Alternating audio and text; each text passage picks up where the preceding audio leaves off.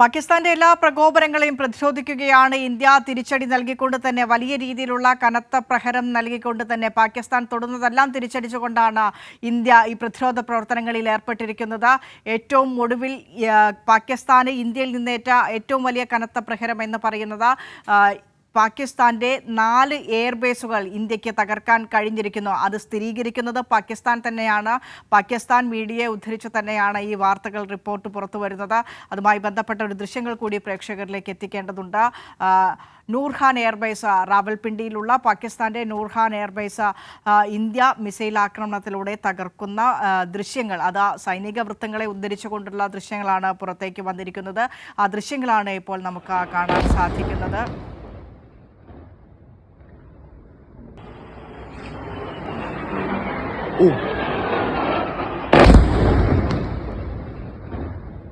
ഉഗ്രശബ്ദത്തോടു കൂടി നൂർഖാൻ എയർബേസ് അവിടെ ഇന്ത്യ തിരിച്ചടി നൽകുന്ന ദൃശ്യങ്ങളാണ് നമ്മൾ ശബ്ദസഹിതം കേട്ടത്. വലിയ രീതിയിലുള്ള സ്ഫോടന ശബ്ദത്തോടു കൂടി തന്നെയാണ് ഇത്തരത്തിലൊരു തിരിച്ചടി ഇന്ത്യയുടെ ഭാഗത്തുണ്ടാകുന്നത്. അതാണ് പാകിസ്ഥാനെ കൂടുതൽ പ്രകോപിപ്പിക്കുന്നതും.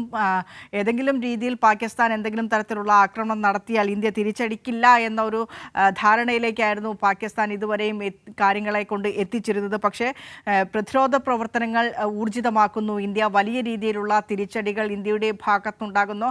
പ്രത്യേകിച്ചും പാകിസ്ഥാന്റെ സൈനിക കേന്ദ്രങ്ങളിൽ അവർ സ്വാതന്ത്ര്യ സമര പോരാളികൾ എന്ന് വിശേഷിപ്പിക്കുന്ന പാകിസ്ഥാൻ സ്വാതന്ത്ര്യ സമര പോരാളികൾ എന്ന് വിശേഷിപ്പിക്കുന്ന ഭീകരന്മാരുടെ കേന്ദ്രങ്ങളിലേക്ക് ഇന്ത്യ വലിയ രീതിയിലുള്ള തിരിച്ചടി നൽകുമ്പോൾ അതിൽ പിടിച്ചു നിൽക്കാൻ കഴിയാതെ വലിയ രീതിയിലുള്ള പ്രകോപനം ഇന്ത്യക്ക് മേൽ സൃഷ്ടിക്കാൻ ശ്രമിക്കുകയാണ് പാകിസ്ഥാന്റെ ഭാഗത്തു നിന്നും. അതിൻ്റെ ഭാഗമായാണ് ഈ പാകിസ്ഥാന്റെ സൈനിക നീക്കങ്ങൾക്ക്, പാകിസ്ഥാന്റെ ഭീകരാക്രമണ നീക്കങ്ങൾക്ക് പുതിയ പേരിട്ട് അവർ ഇന്ത്യക്ക് മേലുള്ള പ്രകോപനങ്ങൾ ഉയർത്തിക്കൊണ്ടുവരുന്നത്.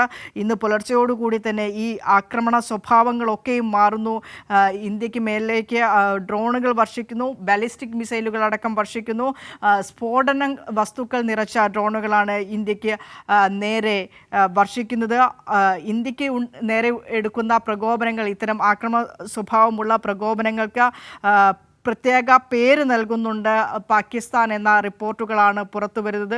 ബുനിയാനുൽ മർസൂസ് എന്ന പേരിലാണ് ഇന്ത്യക്ക് നേരെ ഉണ്ടാകുന്ന ആക്രമണങ്ങളെ പാകിസ്ഥാൻ മീഡിയയെ ഉദ്ധരിച്ചുകൊണ്ടുള്ള റിപ്പോർട്ടുകൾ വരുന്നത്. ബുനിയാനുൽ മർസൂസ്, ഓപ്പറേഷൻ സിന്ധൂർ എന്ന നമ്മൾ പേര് നൽകിയ ഈ ഇന്ത്യൻ തിരിച്ചടികൾക്ക് ബുനിയാനുൽ മർസൂസ് എന്ന പേരിലാണ് പാകിസ്ഥാൻ തിരിച്ചടി നൽകുന്നത് എന്നാണ് പാകിസ്ഥാൻ മീഡിയയെ ഉദ്ധരിച്ചു കൊണ്ടുവരുന്ന പുറത്തേക്ക് വരുന്ന റിപ്പോർട്ടുകൾ. തകർക്കാൻ കഴിയാത്ത മതിൽ എന്നാണ് ഈ വാക്കിൻ്റെ അർത്ഥം എന്നും പാകിസ്ഥാൻ മാധ്യമങ്ങൾ റിപ്പോർട്ട് ചെയ്യുന്നു. അപ്പോൾ അത്തരത്തിൽ വലിയ രീതിയിലുള്ള പ്രകോപനം ഇന്ത്യക്ക് മേൽ സൃഷ്ടിക്കുകയാണ് പാകിസ്ഥാൻ.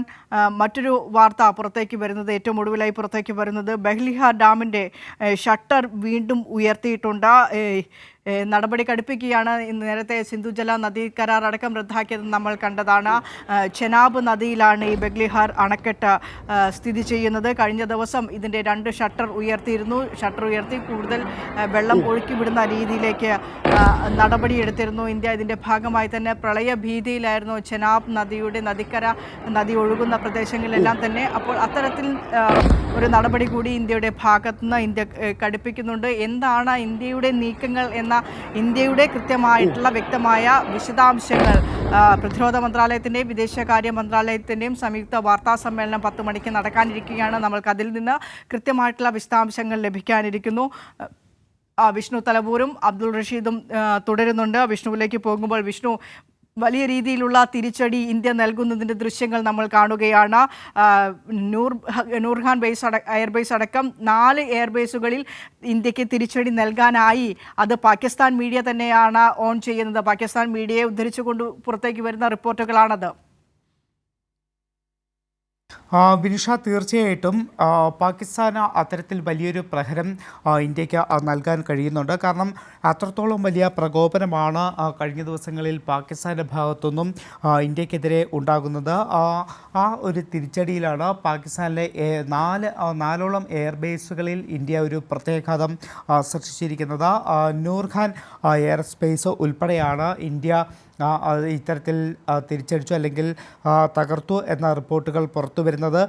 അത്തരത്തിൽ പാകിസ്ഥാന് വലിയ പ്രഹരം ഏൽക്കേണ്ടി വരുന്നു. എന്തായാലും പാകിസ്ഥാൻ നിലവിൽ വ്യോമപാത അടച്ചിട്ടുണ്ട്. 12 മണി വരെയാണ് വ്യോമപാത ഇപ്പോൾ അടച്ചിരിക്കുന്നത്. ഒരു തരത്തിലുള്ള വിമാന നീക്കങ്ങളും വ്യോമപാത വഴി ഇനി ഉണ്ടാകില്ല.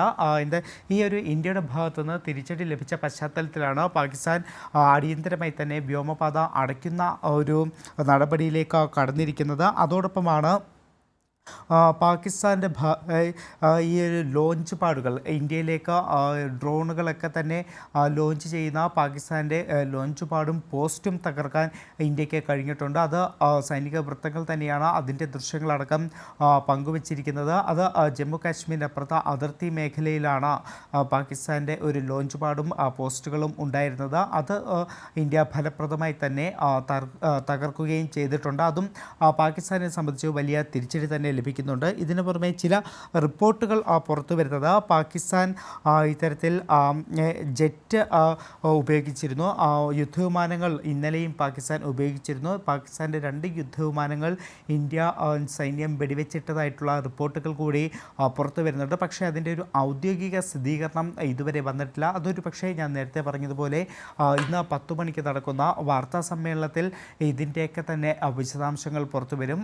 പ്രത്യേകിച്ച് 4ഓളം എയർബേസുകളാണ് ഇന്ത്യ ഇപ്പോൾ തിരിച്ചടിച്ചിരിക്കുന്നത്. അപ്പോൾ നൂർഖാൻ ഉൾപ്പെടെ ഏതൊക്കെ എയർബേസുകളിലാണ് ഇന്ത്യ തിരിച്ചടി നൽകിയിരിക്കുന്നത്, അതോടൊപ്പം തന്നെ പാകിസ്ഥാൻ്റെ ഫൈറ്റർ ജെറ്റുകൾ ഇന്ത്യ വെടിവെച്ചിട്ടു എന്നുള്ള റിപ്പോർട്ട്, ഇതിലൊക്കെ തന്നെ ഒരു വ്യക്തത വരുത്തുമെന്നതാണ് മനസ്സിലാക്കാൻ കഴിയുന്നത്. അതോടൊപ്പം വലിയ തലത്തിലുള്ള ഉന്നതതല യോഗങ്ങളൊക്കെ തന്നെ ഇന്ത്യയിൽ ചേരുന്നുണ്ട്. അത് വിവിധ മന്ത്രാലയങ്ങളാണ് കാര്യങ്ങൾ ഏകോപിപ്പിക്കുന്നതിന് വേണ്ടിയുള്ള യോഗങ്ങൾ ചേരുന്നത്. ഇന്നലെ രാത്രിയോട് കൂടിയാണ് പ്രധാനമന്ത്രി ഉന്നതതല യോഗം വിളിച്ചത്. അതിൽ പ്രതിരോധ മന്ത്രി രാജ്നാഥ് സിംഗ് ഉൾപ്പെടെയുള്ളവരാണ് പങ്കെടുത്തത്. അതോടൊപ്പം തന്നെ കേന്ദ്ര ആഭ്യന്തരമന്ത്രി അമിത്ഷാ വിവിധ യോഗങ്ങൾ ഇന്നലെ വിളിച്ചു ചേർത്തിരുന്നു.